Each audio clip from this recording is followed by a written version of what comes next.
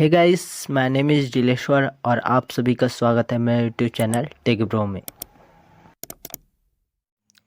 तो आज के इस वीडियो में हम घात श्रेणी को बारे में जानेंगे और उससे हल करने की विधियों को। तो चलिए जानते हैं। आज इस वीडियो में घात श्रेणी को हल करने के टिप्स देखते हैं। तो सबसे पहले हम कोई जैसे कि माना कोई इक्वेशन रहता है या कोई भी जो अवकल समीकरण होता है, जैसे मान लिया dy/dx minus y equal to 0। ये कोई हमारा अवकल समीकरण है। तो अब हम इसके हल के रूप में ये मानते हैं कि y इक्वल टू एक घात श्रेणी है अनंत, जो जिसका प्रारूप a0 plus a1 into x plus a2 x the power 2 ऐसे ऐसे चलता जाएगा अनंत घात तक x के। इसे हम x का पावर श्रेणी कहेंगे। जो इस प्रकार का प्रारूप में कोई श्रेणी होता है उसे हम घात श्रेणी कहते हैं। तो हम मान लेते हैं कि इस अवकल समीकरण का ये एक हल है। अब हम इससे y की वैल्यू के यहाँ पे रखेंगे। तो उसके लिए हम सबसे पहले dy/dx ज्ञात कर लेते हैं। तो इसका अवकलन 0 हो जाएगा। 0 plus a1 plus a2 2x plus 3a3 x the power 2 इस प्रकार से जाएगा। इसे हम ऐसे भी लिख सकते हैं कि sum n equal to 1 to infinity. ये हो जाएगा n X the power n minus 1। इसे हम लिख सकते थे n equal to 0 to infinity, क्योंकि यहाँ पे 0 है। ये 0 into X the power n, यहाँ पे n होगा ना, यहाँ पे n होगा, ये n। तो हमारा इस प्रकार के प्रारूप में जो रहता है उसे हम पावर श्रेणी कहते हैं, और किसी अवकल समीकरण का हम पावर श्रेणी का हल मान सकते हैं को, और उसके थ्रू हल ज्ञात करेंगे। तो dy/dx का वैल्यू हमें मिल चुका है और y की वैल्यू हमें पहले से मान रखी है। तो इन दोनों मानों को इस समीकरण में हम रख देंगे। तो हमें प्राप्त होगा, ये होगा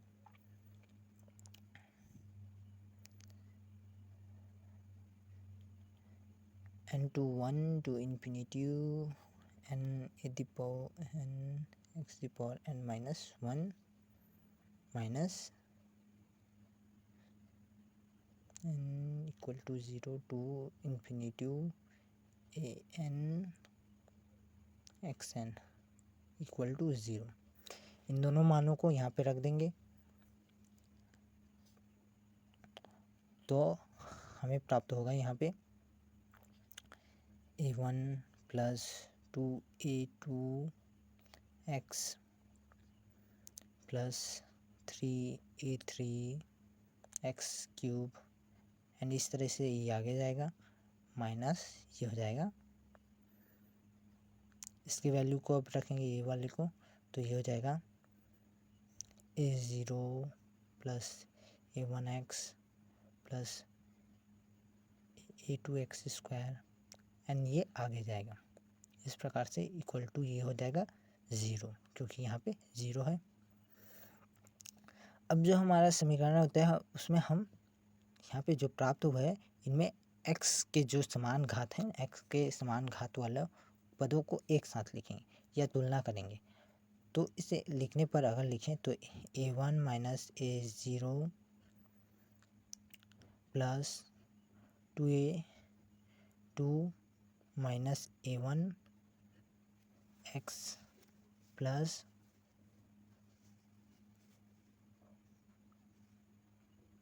3a3 माइनस a2 एक्स की पावर स्क्वायर, ये आगे जाएगा इसी तरह इक्वल टू ये हो जाएगा 0। ये 0 हो जाएगा हमारा। अब इसे हम इजी फॉर्म में इस प्रकार से भी लिख सकते हैं कि यहाँ पे n equal to 0 to infinity n+1 minus an, ये हो जाएगा x द पावर n। ये इस प्रकार से इक्वल टू 0, यहाँ पे n इक्वल टू 0 रखा गया है तो 0, n+1 तो n1 और x दी पावर 0 मतलब 1 इंटू में।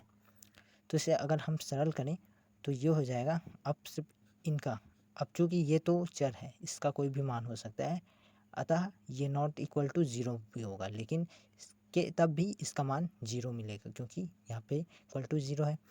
तब हम रख सकते हैं ये n+1 minus A N equal to 0 equal to n+1 equal to A N, यानी कि जितने भी जो इसमें कांस्टेंट लिए गए हैं इस वाले टर्म में वो सभी कांस्टेंट होंगे, अर्थात हम लिख सकते हैं a0 equal to a1 equal to a2 equal to a3 and इस तरीके से इन्फिनिटी तक।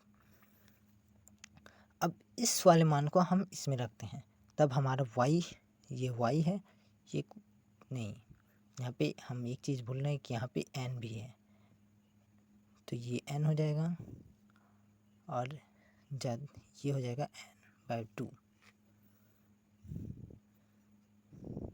ये इस तरीके से हो जाएगा।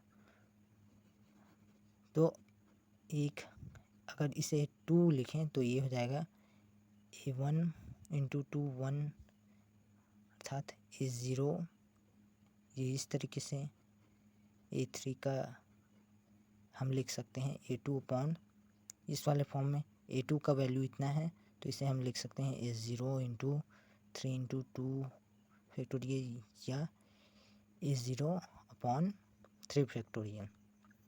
आगे इसी तरीके से हम बढ़ते जाएंगे तो हमें मिलेगा ये 4 equal to a0 upon 4 factorial, a5 equal to a0 upon 5 factorial, या n इक्वल टू n+1 नहीं, n इक्वल टू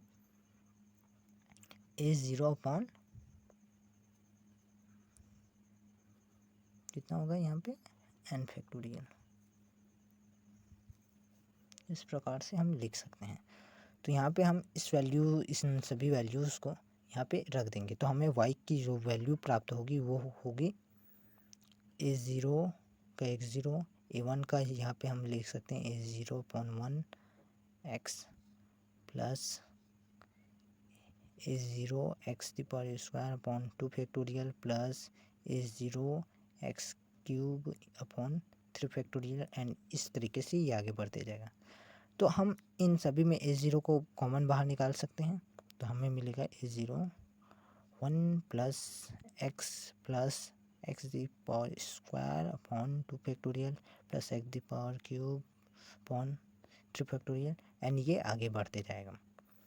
अब चूँकि हम जानते हैं कि इतना जो होता है ये पावर श्रेणी ये होता है e the power x equal to 1 plus x the power square upon 2 factorial और इसी तरह से ये आगे बढ़ता है। तो हम इसमें लिख सकते हैं तो हमें अपनी वैल्यू जो y की वैल्यू मिलेगी वो a0 इंटू ई दी पावर x है, ये हमें मिल गया। तो यही हमारा अभीष्ट हल होगा। तो इसी प्रकार से हमें घात श्रेणी के टर्म्स को अरेंज करके उतारना रहता है और जो घात रहते हैं समान घात जैसे कि यहाँ पे हमने किया वैसे ही इनको इक्वल करना रहता है, 0 के बराबर लेना रहता है और इनसे एक दूसरे की वैल्यू या इन गुणांकों की वैल्यू फाइंड की जाती है और उन मानों को फिर इस समीकरण में रख दिया जाता है। तो आज के वीडियो में बस इतना ही। वीडियो को देखने के लिए धन्यवाद।